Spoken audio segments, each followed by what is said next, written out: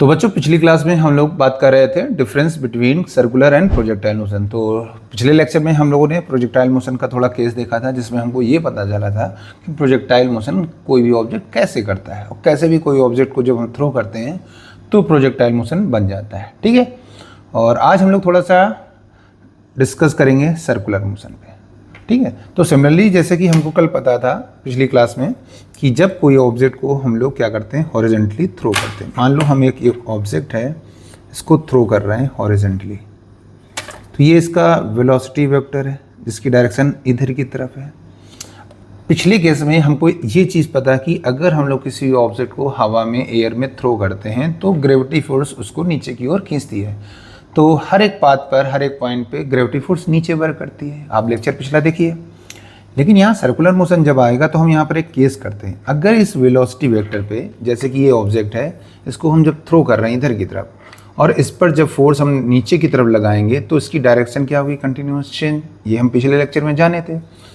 तो अगर हम इस ऑब्जेक्ट पे एक फोर्स अप्लाई कर दें और वो फोर्स का एक सिस्टम रखेंगे, हम लोग एक केस कर देंगे कि जो फोर्स है वो 90 एंगल पे ही एक्ट करना चाहिए, कुछ ऐसे। एक फोर्स यहाँ अप्लाई किया, ठीक है, 90 डिग्री पर। अब होगा क्या, हमारा जो ऑब्जेक्ट है उसकी डायरेक्शन क्या होगी, चेंज होगी। तो इसकी डायरेक्शन हो जाएगी चेंज। थोड़ी थोड़ी चेंज करके आपको दिखाते हैं। तो इस भाई साहब की डायरेक्शन हो गई चेंज, वेलोसिटी वेक्टर की डायरेक्शन चेंज हो गई। अब डायरेक्शन चेंज हो गई तो हमको पता है हमको एक केस तो अप्लाई करना है, इस पर जो फोर्स अप्लाई करना है वो परपेंडिकुलर लगाना है 90 डिग्री पर। तो इस पर एक 90 डिग्री का हम लोग फिर से फोर्स अप्लाई करेंगे। अब इसकी डायरेक्शन फिर से क्या हो जाएगी, चेंज हो जाएगी। तो फिर से हम चेंज करके देखते हैं, तो इसकी डायरेक्शन फिर से चेंज हो जाएगी। अब डायरेक्शन चेंज हो जाएगी, लेकिन हमको एक चीज़ क्लियर है कि हम फोर्स इस पर कितना अप्लाई करेंगे, 90 डिग्री पर ही अप्लाई करने वाले हैं। उसके बाद फिर से इसकी डायरेक्शन क्या होगी, चेंज। तो कंटिन्यूअस हम बार बार फोर्स को अप्लाई करते रहेंगे 90 डिग्री पर और इसकी डायरेक्शन क्या होती रहेगी, चेंज होती रहेगी। तो ये वेलोसिटी की डायरेक्शन कंटिन्यूअस आप देख रहे हो चेंज हो रही है। और इस लेक्चर को देखने से पहले आप लास्ट लेक्चर देखिए, पिछला लेक्चर जो हमने पढ़ाया था प्रोजेक्टाइल मोशन का, आपको और अच्छे से क्लियर होगा। ठीक है, तो ये क्या हो जाएगा हमारा, फिर से फोर्स अप्लाई हुआ 90 डिग्री पे। ऐसा हम करते रहेंगे। तो यहाँ पर फिर से इसकी डायरेक्शन चेंज हुई। चलिए ठीक है, डायरेक्शन चेंज हो रही वेलोसिटी की। फोर्स हमारा कंटिन्यूअस अप्लाई ही हो रहा है। किस पे अप्लाई हो रहा है, हमारा 90 डिग्री पर अप्लाई हो रहा है। फिर से डायरेक्शन इसकी चेंज हो रही। तो आपको इसका कुछ पाथ क्लियर दिख रहा होगा कि इसका पाथ कैसा बन रहा है आपका। तो ये डायरेक्शन चेंज हो गई वेलोसिटी की। तो एक इसका जो पाथ है, यानी ये जो कर्व है, कुछ सर्कुलर टाइप दिख रहा होगा आपको। कैसा दिख रहा होगा, सर्कुलर टाइप। तो हमको एक चीज़ क्लियर था, तो लास्ट वाले प्रीवियस लेक्चर में हम लोगों ने एक चीज़ देखी कि वेलोसिटी की डायरेक्शन कंटिन्यूअस चेंज हो रही थी प्रोजेक्टाइल में, सेम सर्कुलर में भी हो रहा था। लेकिन डिफरेंस क्या था वहाँ पे, डिफरेंस ये था कि जो फोर्स था वो उसकी डायरेक्शन फिक्स थी। प्रोजेक्टाइल में फोर्स कहाँ लगता था, नीचे की तरफ, पर्टिकुलर एक ही डायरेक्शन में थे। यहाँ फोर्स की डायरेक्शन कंटिन्यूअस चेंज हो रही। क्या हो रही है, चेंज। और सारे फोर्स आप जाएंगे तो एक सेंटर पे, एक पॉइंट पे जाके मिलेंगे।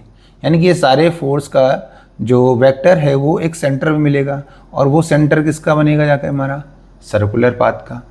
तो इस तरीके से ये फोर्स जो बनता है उसको बोलते हैं हम लोग सेंट्रीपिटल फोर्स। फिलहाल ये चर्चा हम आगे करेंगे, लेकिन अभी हम आपको दिखा रहे हैं मोशन। तो प्रोजेक्टाइल और सर्कुलर में एक छोटा सा डिफरेंस आ रहा है। प्रोजेक्टाइल में वेलोसिटी वेक्टर का डायरेक्शन कंटिन्यूअस चेंज होता है, सर्कुलर में भी चेंज होता है, बट इसमें फोर्स का डायरेक्शन फिक्स रहता है। इसमें फोर्स का वेक्टर जो है वो वेलोसिटी वेक्टर के साथ ही कंटिन्यूअस चेंज होता है। ठीक है, और प्रोजेक्टाइल में हमने एक चीज़ ये देखी थी कि फोर्स वेक्टर और वेलोसिटी के बीच का एंगल कंटिन्यूअस चेंज हो रहा था। प्रोजेक्टाइल में चेंज होता है एंगल, और सर्कुलर में एंगल हमने क्या कर रखा है, फिक्स, यानी कि 90 डिग्री पर ही रखा हुआ है। तो सिंपल सी बात है, अगर किसी भी ऑब्जेक्ट पे हम लोग फोर्स की डायरेक्शन चेंज करते रहेंगे वेलोसिटी के साथ में, और एक एंगल पर्टिकुलर रखेंगे 90 डिग्री, तो उसका मोशन बन के तैयार होगा हमारा सर्कुलर। ठीक है, और प्रोजेक्टाइल में क्या होगा, फोर्स की डायरेक्शन हमेशा अगर नीचे की तरफ रहेगी तो वेलोसिटी वेक्टर तो चेंज होगा ही होगा, साथ में उसका एंगल भी चेंज होता है। तो इस टाइप का मोशन प्रोजेक्टाइल कहलाता है, और इस टाइप का मोशन जो है वो सर्कुलर कहलाता है। ठीक है, आप लेक्चर देख लीजिए पिछला वाला, और आपको थोड़ा सा और क्लियर हो जाएगा। तो कुछ इस तरीके से ये कंटिन्यूअस चेंज हो रहा है। तो इसको हम थोड़ा सा कंप्लीट करके आपको दिखाते थे, बाकी आपको मैंने समझा दिया सर्कुलर मोशन कैसे होगा। तो ये डायरेक्शन चेंज होगी, फिर हम इस पर एक फोर्स अप्लाई होगा बच्चा, तो इसके बाद फिर से डायरेक्शन चेंज होगी बच्चों, फिर से फोर्स अप्लाई होगा 90 डिग्री पर, फिर से इसकी डायरेक्शन चेंज होगी, फिर 90 डिग्री अप्लाई होगा, फिर से डायरेक्शन चेंज, फिर 90 डिग्री, फिर से डायरेक्शन चेंज। तो आप देखेंगे एक सर्कुलर पाथ बन के रेडी हो जाएगा। ठीक है, तो सिंपल सा है, बेसिक है, आप इसको ऐसे समझ सकते हैं। ठीक है, तो क्लियर। प्रोजेक्टाइल मोशन में हमको ये ध्यान है, ये चेंज होगा आपका। ठीक है, फोर्स की डायरेक्शन चेंज नहीं होगी, वेलोसिटी और फोर्स के बीच का जो एंगल है थीटा वो भी चेंज होगा। किस में भाई साहब? प्रोजेक्टाइल में। सर्कुलर में ऐसा नहीं होगा, वेलोसिटी का वेक्टर चेंज होगा, फोर्स का डायरेक्शन भी चेंज होगा, दोनों चेंज होंगे, लेकिन वेलोसिटी एंड फोर्स के बीच का जो थीटा है वो चेंज नहीं होगा। वो कितना है हमारा? 90 डिग्री है। क्लियर? तो ये क्लियर हो गया आपको। अब ये तो बेसिक था, बाकी डिफिनेशन की बात आएगी तो नेक्स्ट लेक्चर में हम डिफिनेशन की बात करें। तो सबसे पहले हम जो टॉपिक क्लियर करेंगे वो सर्कुलर मोशन करेंगे, बाद में हम लोग प्रोजेक्टाइल देखेंगे। ठीक है, थैंक यू।